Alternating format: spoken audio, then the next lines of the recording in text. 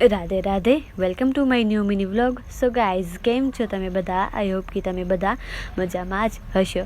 તો આજે મોર્નિંગ હું ભાલુ બનીને પહોંચી ગઈ સરદાર વલ્લભભાઈ પટેલ સ્કૂલમાં, કેમ કે ત્યાં કારણે આજે રેલીનું આયોજન કરવાનું હતું અને મને વ્લોગ બનાવવા માટે ઇન્વિટેશન હતું, તો હું ત્યાં પહોંચી ગઈ. જો સ્કૂલની ગેટનો મેં લઈ લીધું, હવે અંદર જાઉં છું.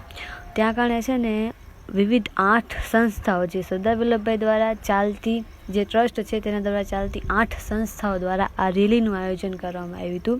અને મને એવી જાણ મળી હતી કે લગભગ 1 મહિનાથી આ રેલી કાઢવા માટે મેનેજમેન્ટ કરવામાં આવ્યું હતું. આમાં ખર્ચો બી લોકોને એટલો થયો છે અને મેનેજમેન્ટ એનું મગજ આમ ઓલો થઈ ગયો છે. અને આટલા બધા સ્ટુડન્ટ્સ લઈને બોટાદ જિલ્લામાં રેલી કાઢવી એ આમ કહેવાય ને અશક્ય વાત કહેવાય, પણ તો બી ટ્રસ્ટ જે છે એ રેલી કાઢી હતી.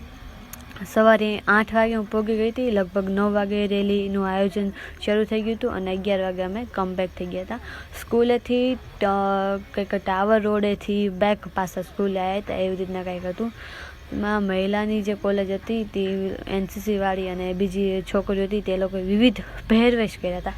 અલગ અલગ કલરની સાડીઓ પહેરી હતી. બોયઝવાળાએ બી કંઈક સરદાર વલ્લભભાઈ પટેલના જીવન ચરિત્રનું પ્રદર્શન કર્યું હતું. અને જે પ્રાઇમરીવાળા હતા બાળકો કે તે લોકોએ બી રાધાકૃષ્ણ એવી રીતના અલગ અલગ પહેરવેશો લગાવ્યો હતો.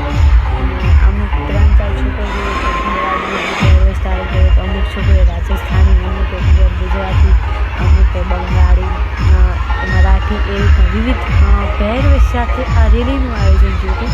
એ તમે વિચારો. અને સંખ્યા બી એટલી બધી હતી, લગભગ 2000થી 2500 સુધીની સંખ્યા તો હશે જ.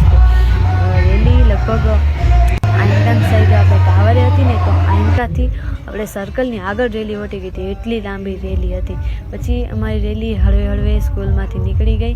અને આનો જે આખો વ્લોગ જે છે એ ટૂંક જ સમયમાં મારી યુટ્યુબ ચેનલમાં આવી જશે. જો કે વ્લોગ બહુ જ મોટો થયો છે, કેમ કે સંખ્યા એટલી હતી ને એટલે હું એને બધાને કેપ્ચર નહોતી કરી શકતી.